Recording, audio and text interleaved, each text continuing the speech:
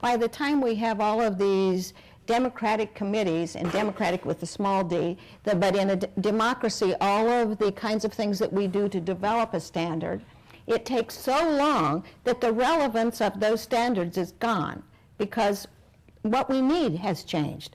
Just look at what has happened in social networking and technology in your lifetime, and how you didn't have Facebook and Twitter and all of that just a few years ago. Think how that's going to change education. So how can we really have standards written 10 years ago and say they're relevant for you today? So those are issues that I keep wondering about. I also wonder, is it going to lead to more testing? I mean, all we do in schools now is test, and students that have difficulty with the tests are tested over again and over again, and the teachers know they're going to have difficulty with the test. And other students who can do this are just sitting in class bored. It's taking lots of time, and hopefully that's not where national standards will lead us to more tests.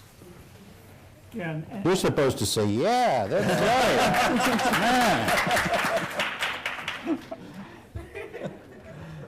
yeah. And that reflects my concern about standards.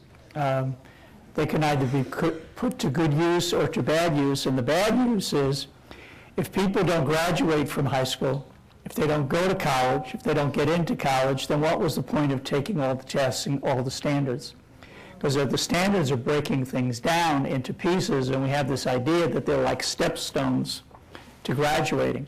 But there's a lot of people who drop out of school long before they get to senior year, and in part, it could be related to trying to meet all these in-between standards.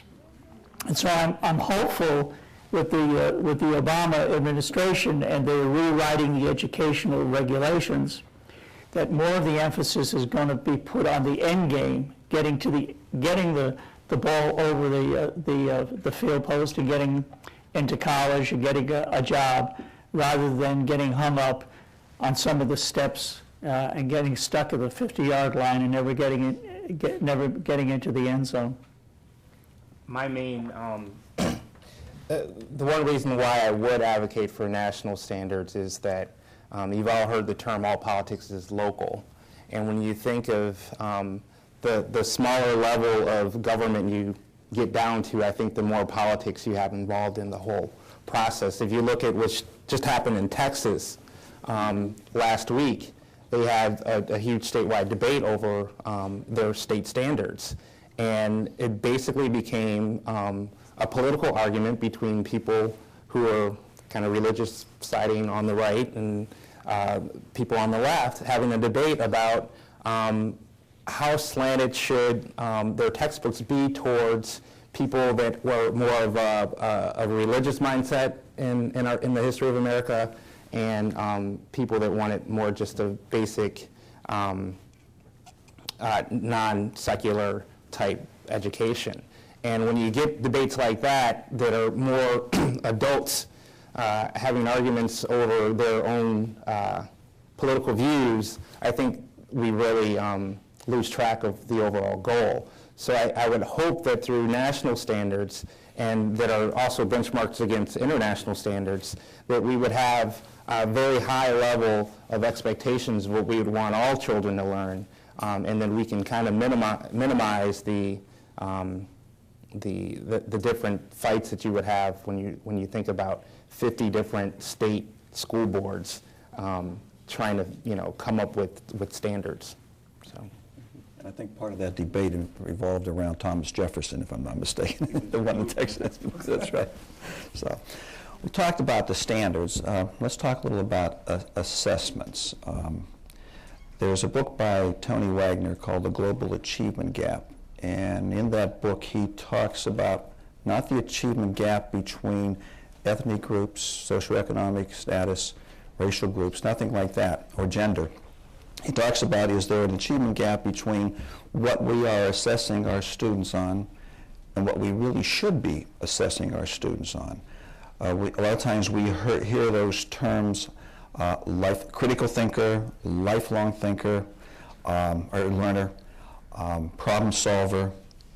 And so if you could respond to, are we assessing the way we should? First of all, a lot of the assessments are really assessments of the system rather than the student. And we do an awful lot of that. So in assessment in general, are we doing the right thing, or are we? Rich, I think we're way off target on assessment and the way we're using it. In recent years, it's penalized schools, it's demoralized teachers, it's put labels on things like failing classroom, failing teacher, failing school. And the high stakes tests, and I know that's not totally what you mean, have been limited to a couple subject areas. Tony Wagner in his book puts in ridiculous questions on tests that don't make much sense. And we're not paying attention to some things that are really important. Students coming down here, participating in this activity, looking for the future of the country and the world, a dramatic production in a school, an athletic activity, music, art.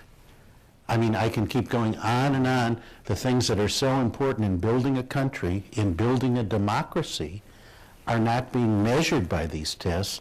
And the emphasis of education is down this narrow track that leads to a lack of understanding. And actually, if we look at international comparisons, the assessments done in the rest of the world are much better than ours, and paying attention to some other things. So I think we have a long way to go. I think I talked before about the power of words.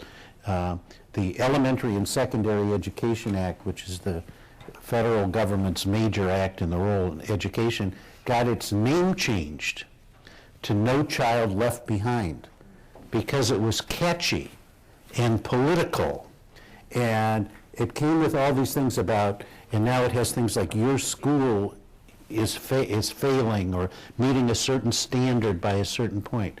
Hopefully it's now up for reauthorization. A lot of people are saying, well, the name is even misleading, and why are there all these penalties? There's also this idea of competition. Why would schools be in competition academically with one another? Why would teachers be in competition? Let's think about 3 fifth-grade teachers in a school. Should the teacher that is doing a really good job on a lesson not share that with the other 2 teachers so all the students can come out ahead? I mean, there's a lot of this like a contest that doesn't make sense. And that creates a conflict for us that are preparing teachers, because if we teach them things like cooperative learning, that it's good for people to work on projects together, that there's a way of evaluating each person's contribution, and then they go to work for Mark, and Mark has to demonstrate by the end of the year that the students pass those tests, then there's a real conflict. Another thing I wanted to say about tests, well, I'm really a sick person because I've never taken a test that I didn't like. I mean, I know I'm sick. You are sick. I really am sick. I love the MAT, the SAT, all of those things.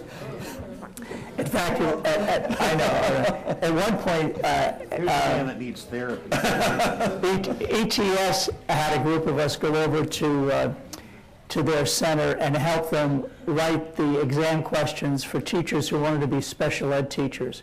And that was a very revealing experience for me, because you have an opportunity to do an assessment whatever you want. If you want it to be a problem-solving question, you can do it that way. If you want it to be a rote question, just facts, you can do it that way. If you want it to be an activity that draws other people in, you can do it another way. It's the same thing if you want to go to law school, they have essay questions. And if you don't know that and you're not prepared to respond to essay questions or problem-solving questions, you never get in. And so my point is that assessment really has to be varied. And so at the university, we have this thing called an electronic portfolio. It's a kind of a show-me measure where people can tape their teaching, they can write essays, they can do surveys of people out in the community as to whether they're doing well or not.